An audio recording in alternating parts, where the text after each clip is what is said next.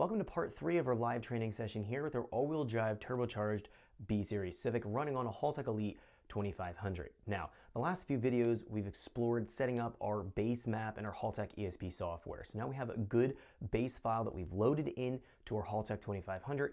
Now we're ready to fire up the engine and get our process started. This video we're going to be focusing on setting up the idle control, checking our timing with a timing light and verifying that everything's going to be 100%, and just making sure that the engine's going to be able to start up and hold its own idle. This is the very first thing we need to worry about in our tuning calibration process. So without further wait, let's jump into this video so we can get started.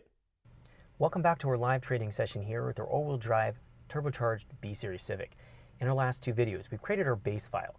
This video, we're ready to get our engine fired up using that base map that we've created and start our process of getting the engine calibrated and tuned.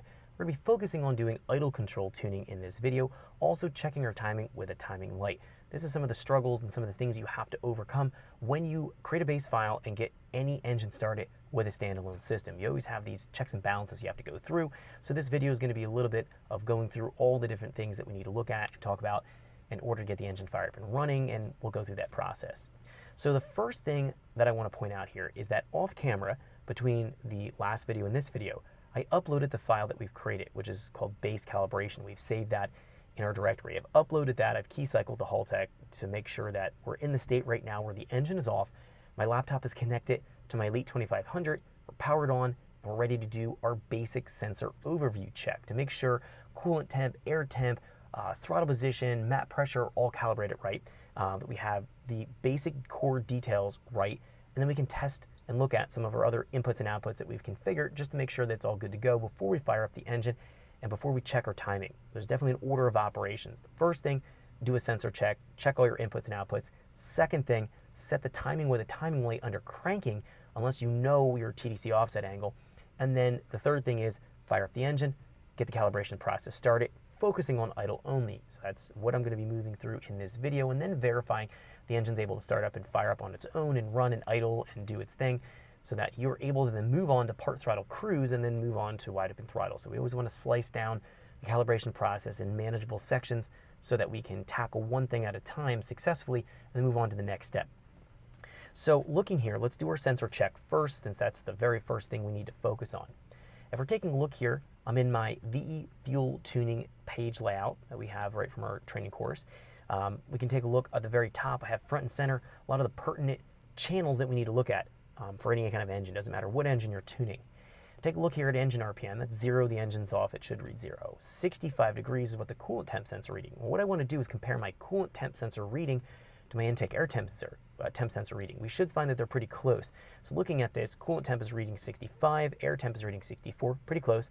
And looking at the dyno tower here, which you're not going to be able to see, I'm looking at my remote temperature probe, which is measuring the ambient temperature in the room here that I'm in.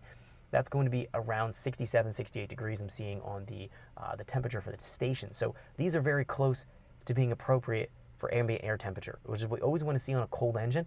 They want to be within 2, 3, 4 degrees of whatever your ambient air temp is going to be. These are essentially matching each other, so the calibration scale, I'm sure, is going to be valid. It's going to be right.